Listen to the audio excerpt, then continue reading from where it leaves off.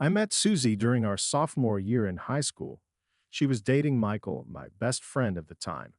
Michael, with his easy charm and good looks, had a way of attracting attention, but he had a careless side that often left Susie hurt and disappointed. He didn't hide his infidelities and sometimes even made fun of her in front of others.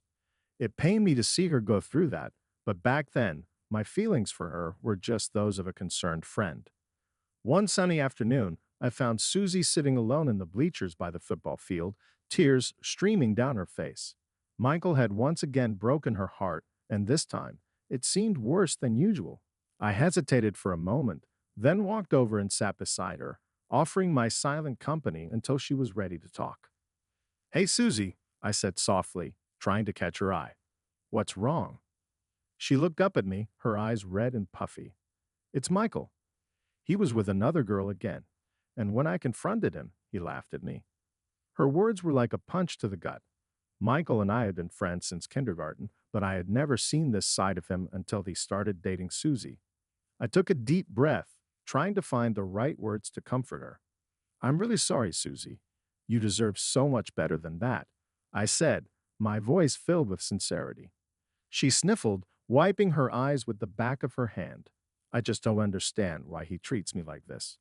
What did I do wrong?" "Nothing," I replied firmly. "You did nothing wrong. Michael's the one who's messing up, not you." For a long time, we sat there in silence, the sound of distant laughter and the thud of a football punctuating the quiet. I wanted to take her pain away, to make everything better, but all I could do was be there for her. From that day on, I became her confidant, her shoulder to cry on. We spent more and more time together, and I found myself looking forward to our conversations, cherishing her laughter, and feeling a strange emptiness when she wasn't around. One evening, as we were walking home from school, Susie turned to me with a small, grateful smile. "Thank you, for always being there for me." I smiled back, trying to keep my voice steady. "That's what friends are for, right?" But deep down, I knew my feelings for her were growing stronger every day. The more I listened to her, the more I realized how deeply Michael's actions had scarred her. I felt a fierce protective urge, wanting to shield her from further pain. As weeks turned into months, our friendship grew stronger. We shared countless moments, from late-night phone calls to study sessions at the library. The transition from friendship to romance was subtle, almost as if it was always meant to be. But for now, I was content to be her rock, hoping that one day she would see me in a different light. One afternoon, we were sitting on a park bench, enjoying the warm sunshine. Susie was telling me about a book she had just finished reading, her eyes sparkling with enthusiasm. "You should read it too," she said, her voice animated. "I think you'd really like it." "I will," I promised, smiling at her. "You always have the best recommendations." She laughed, a sound that made my heart swell. "Well, I do have great taste, don't I?" As we continued to talk, I found myself getting lost in her words, her presence. It was in these moments that I realized how much I cared for her, how much I wanted to be the one to make her happy. One evening, we were studying together at the library. The quiet hum of the room, the soft rustling of pages, created a peaceful atmosphere. Susie looked up from her book and caught me staring at her. I quickly looked away, feeling my cheeks heat up. "What?" she asked, a teasing smile playing on her lips. "Do I have something on my face?" I shook my head, trying to keep my voice steady. "No, I was just thinking." "About what?" she pressed, her curiosity piqued. "About how lucky I am to have you as a friend," I said, hoping she wouldn't see through my words. She reached across the table and squeezed my hand. "I'm lucky to have you too. You've been my rock through all of this." Her touch sent a jolt of electricity through me, and I had to remind myself to breathe. I wanted to tell her how I really felt, but the fear of ruining our friendship held me back. So I kept my feelings hidden, content to be there for her in any way I could. As time went on, Michael's behavior became more erratic. He seemed to take pleasure in flaunting his new relationships in front of Susie, knowing it would hurt her. It infuriated me, and I found myself confronting him one afternoon in the school parking lot. "Why do you keep doing this to her?" I demanded, my voice trembling with anger. Michael shrugged, a smirk on his face. It's not my fault she's so sensitive. Besides, why do you care so much? It's not like you're dating her. Maybe I should be. I shot back, the words surprising even me. Michael's smirk faded, replaced by a look of confusion. What do you mean? I took a deep breath, trying to steady my racing heart. I mean, I've been there for her when you haven't. I care about her, and she deserves someone who treats her right. Michael stared at me for a long moment before shaking his head. Good luck with that, he muttered, walking away. That confrontation marked a turning point for me. I couldn't keep my feelings hidden any longer. I needed to tell Susie how I felt, even if it meant risking our friendship. One evening, as we walked home from school, I turned to Susie, my heart pounding in my chest. Susie, there's something I need to tell you. She looked at me, concern in her eyes. What is it? I took a deep breath, gathering my courage. I care about you, more than just as a friend. I have for a while now. She stopped walking, her eyes wide with surprise. You do. I nodded, my palms sweating. I do, and I know it might be complicated, but I had to tell you. For a moment, she was silent, processing my words. Then a slow smile spread across her face. I had no idea, but I'm glad you told me. My heart soared at her response, and I felt a weight lift off my shoulders. Maybe, just maybe, this was the beginning of something beautiful. Our wedding was a modest affair, attended by close family and friends. The sun shone brightly on that warm spring day, casting a golden glow over everything. As I stood at the altar, waiting for Susie, my heart raced with a mix of nerves and excitement. When she appeared at the end of the aisle, my breath caught in my throat. She looked stunning in her simple white dress, her hair cascading in soft curls around her shoulders. Our eyes met, and in that moment, all my doubts and fears melted away. This was the beginning of our new life together. The ceremony was short and sweet, just the way we wanted it.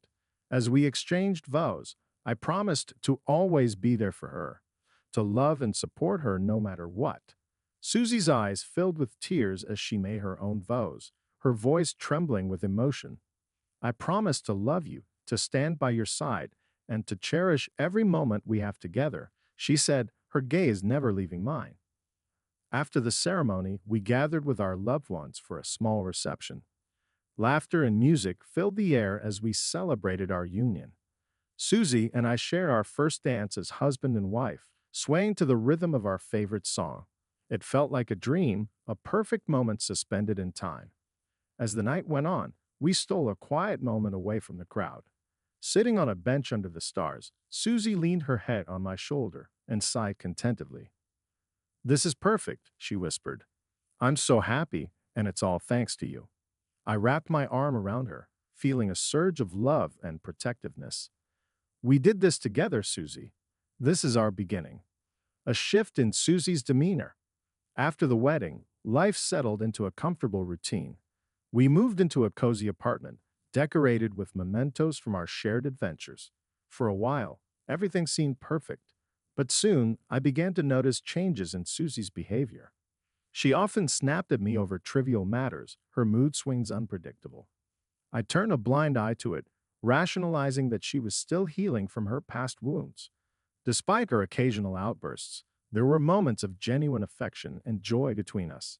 I held on to those moments, hoping that with time, her pain would diminish and we would build a loving, harmonious life together. One evening, as we were having dinner, Susie seemed distant, her mind elsewhere. I reached across the table and gently touched her hand. Hey, are you okay? I asked, my voice filled with concern. She looked up, her eyes clouded with worry. I'm sorry, I just have a lot on my mind. Do you want to talk about it? I offered, hoping to help ease her burden. She sighed, shaking her head. Not right now. I just need some time to sort things out. I nodded, giving her the space she needed. But deep down, I couldn't shake the feeling that something was wrong. I wanted to help her, to make everything better, but I didn't know how. A few years into our marriage, I noticed a significant change in Susie. It was subtle at first, like the gradual unfolding of a flower. She became more cheerful, her laughter more frequent and genuine. She started taking better care of herself, wearing bright colors and trying new hairstyles. She seemed more engaged in life, and I was relieved, thinking that my love and support had finally helped her overcome her difficult past. We began spending more quality time together, our relationship feeling revitalized. Susie was more affectionate and caring, and I allowed myself to believe that our marriage was on the right track. I was optimistic, thinking that the worst was behind us. One sunny afternoon, we decided to take a walk in the park. Holding hands, we strolled along the path, enjoying the beauty of the day. The birds were singing, children were playing, and the air was filled with the scent of blooming flowers. "I'm so glad we did this," Susie said, squeezing my hand. "It feels good to just relax and be together." I smiled, feeling a warm glow of contentment. "Me too. I love spending time with you." She looked at me, her eyes filled with gratitude. "Thank you for being so patient with me. I know I haven't been easy to live with." I stopped walking and turned to face her, cupping her face in my hands. "Susie, I love you. We've been through a lot, but we're stronger because of it. We'll always find a way through." She leaned into my touch, her eyes shining with unshed tears. "I love you too." In that moment, I believed that our love was enough to conquer anything. But life, as I would soon learn, had other plans. As the weeks went by, Susie's cheerful demeanor continued. She seemed genuinely happy, and it filled me with joy. One evening, as we were having dinner, she looked at me with a bright smile. "I've been thinking," she said, her eyes twinkling. "We should plan a vacation, just the two of us. What do you think?" I grinned, excited by the idea. "That sounds amazing. Where do you want to go?" "Somewhere peaceful," she replied, her voice dreamy. "Maybe a cabin in the mountains. We could hike, relax, and just enjoy each other's company." "Let's do it," I agreed, feeling a surge of happiness. "I'll start looking for places tomorrow." Our conversation flowed easily, filled with laughter and lighthearted banter. It felt like the beginning of a new chapter in our lives, one filled with hope and happiness. Character dialogue. A few days later, Susie came home from work, her face glowing with excitement. "Guess what? I got a promotion." "That's fantastic," I exclaimed, rushing to hug her. "I'm so proud of you." "Thanks," she said, beaming. "This means we can definitely afford that vacation now." We spent the evening celebrating, toasting to her success, and dreaming about our future. As I watched her, I couldn't help but feel a deep sense of contentment. Susie's happiness was my happiness, and I was determined to support her in every way possible.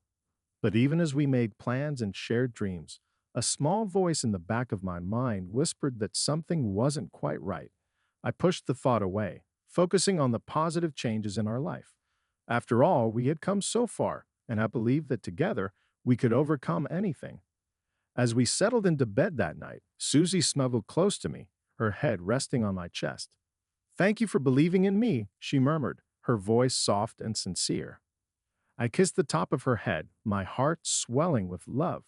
"Always, Susie, always." In that moment, I held on to the hope that our newfound happiness would last. Little did I know our journey was far from over, and the challenges we would face would test the very foundation of our love. One evening, as we were having dinner, Susie seemed more distant than usual. She picked at her food, her mind clearly elsewhere. I reached across the table and gently touched her hand. "Susie, are you okay?" I asked, my voice filled with concern. She looked up at me, her eyes clouded with worry. "We need to talk," she said softly, setting her fork down. My heart sank. Those words rarely led to anything good. "Of course," I replied, trying to keep my voice steady.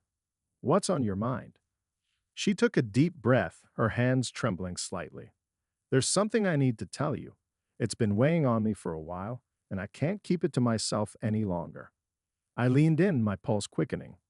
"You can tell me anything, Susie." She looked away, her eyes filling with tears. "I've been seeing someone else," she confessed, her voice barely above a whisper. The room seemed to tilt, and I felt like the ground had been pulled out from under me. "What do you mean?"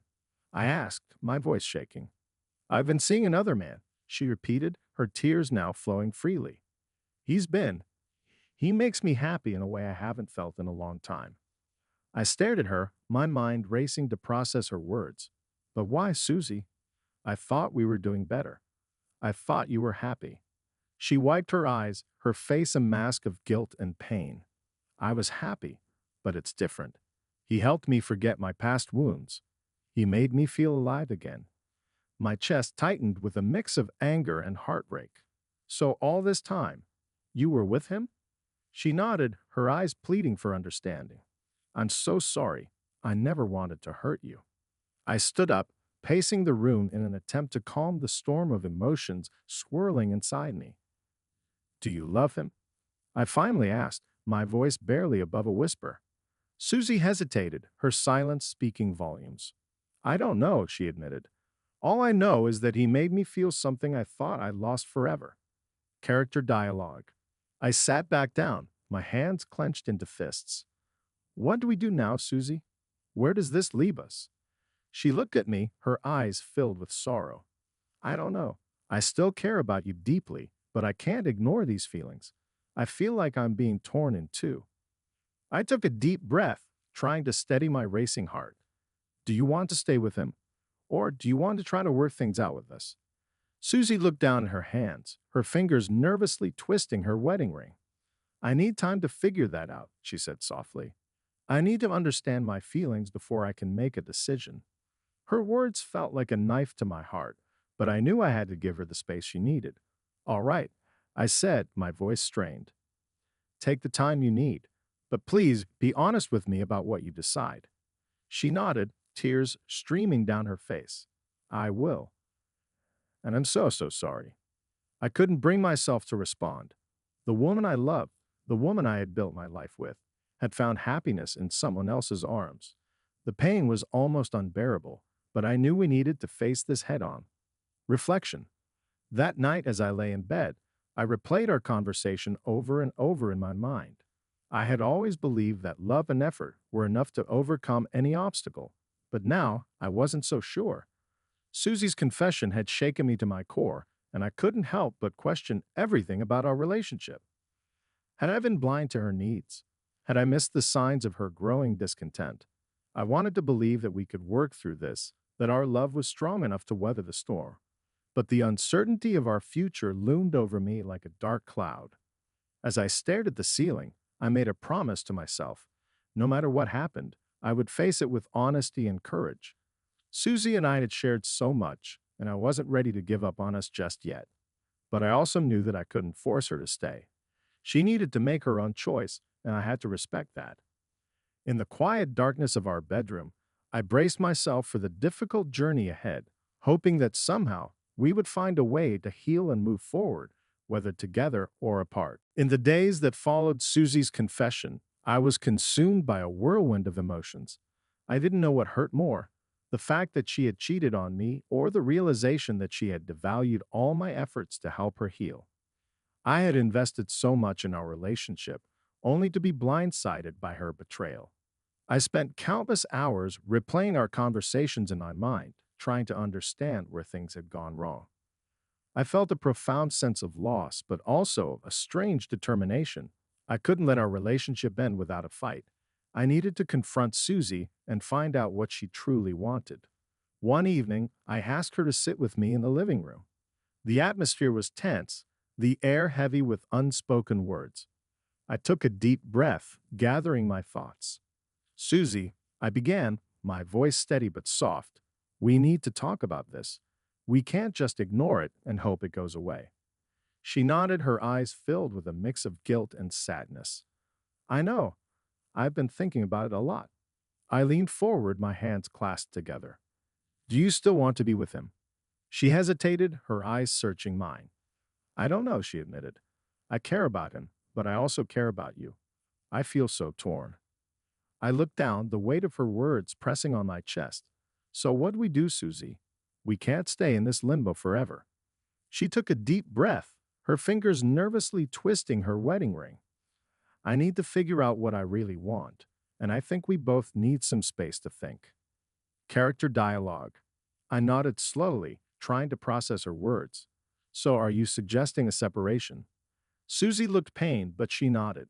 I think it might be the best way for us to clear our heads, to really understand what we want. The thought of being apart from her, even temporarily, filled me with dread. But I knew she was right. We couldn't keep pretending that everything was okay. All right, I said, my voice heavy with resignation. If that's what you need, then we'll take some time apart. Tears welled up in her eyes as she reached out to touch my hand. I never wanted to hurt you. I just, I need to sort out my feelings. I squeezed her hand, trying to offer some semblance of comfort. I understand, and I want you to be happy, Susie, even if it means we need to take a step back. She nodded, wiping her tears away. Thank you for understanding. I hope we can come out of this stronger, no matter what happens. Reflection. That night, as I packed a small suitcase, I felt a mix of sadness and hope. Sadness for what we were losing, but hope that this time apart might help us find the clarity we desperately needed. I didn't know what the future held, but I knew that we couldn't continue down this path without addressing the issues that had led us here. As I closed the suitcase, I took one last look around our bedroom.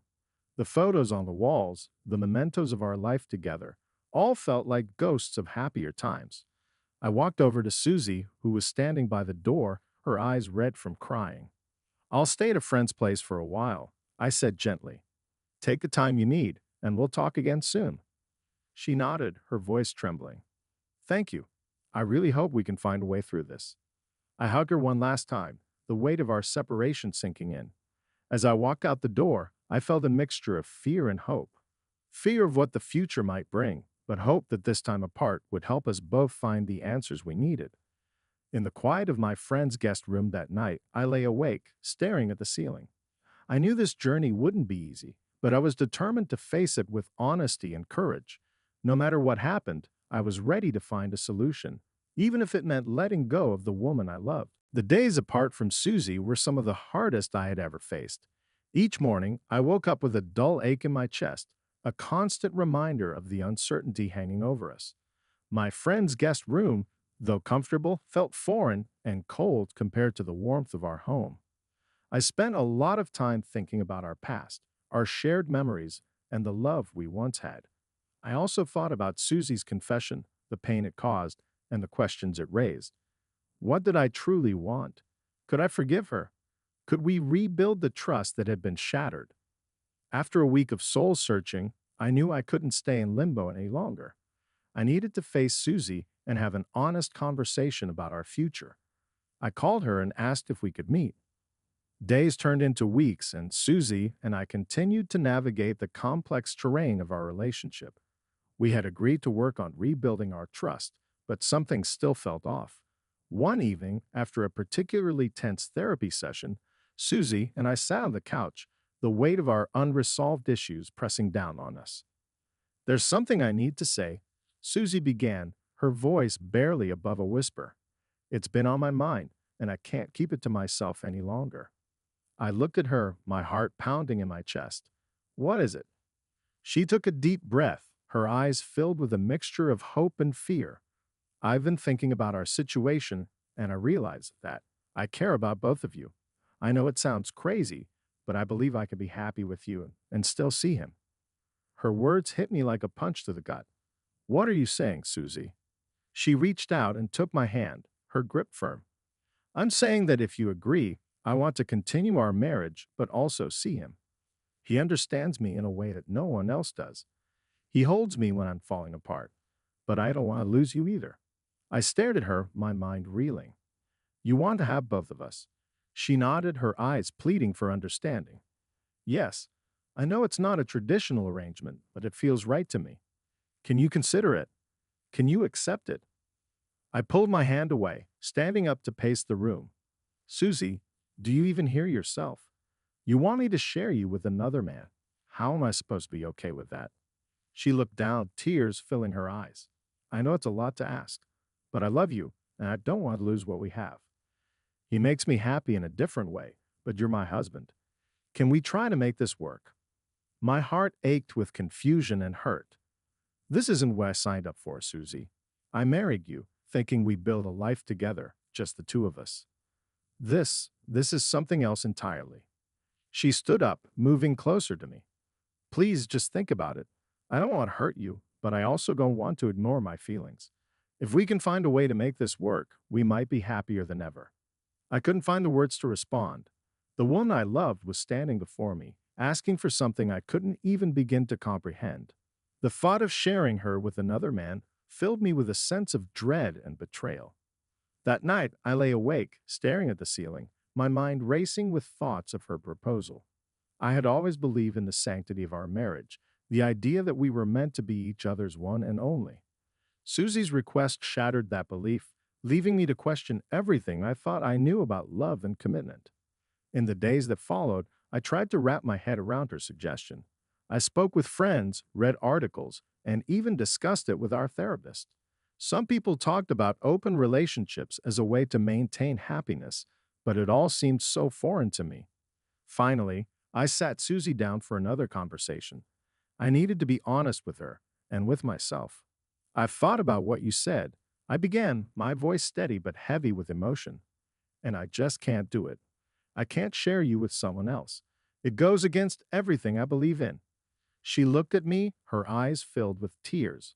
I understand. I knew it was a lot to ask, but I had to be honest with you about my feelings. I took her hand, squeezing it gently, and I appreciate that. But if we're going to make this work, it has to be just us. I can't live with the idea of you being with someone else. It's too painful. She nodded, wiping away her tears. Okay, I don't want to lose you. I'll end things with him. I just hope we can find a way to heal from this. As she spoke, I felt a mix of relief and sadness. Our path forward wouldn't be easy, but at least we were facing it together. We had a long road ahead, filled with challenges and heartache, but I was determined to rebuild our love, one step at a time.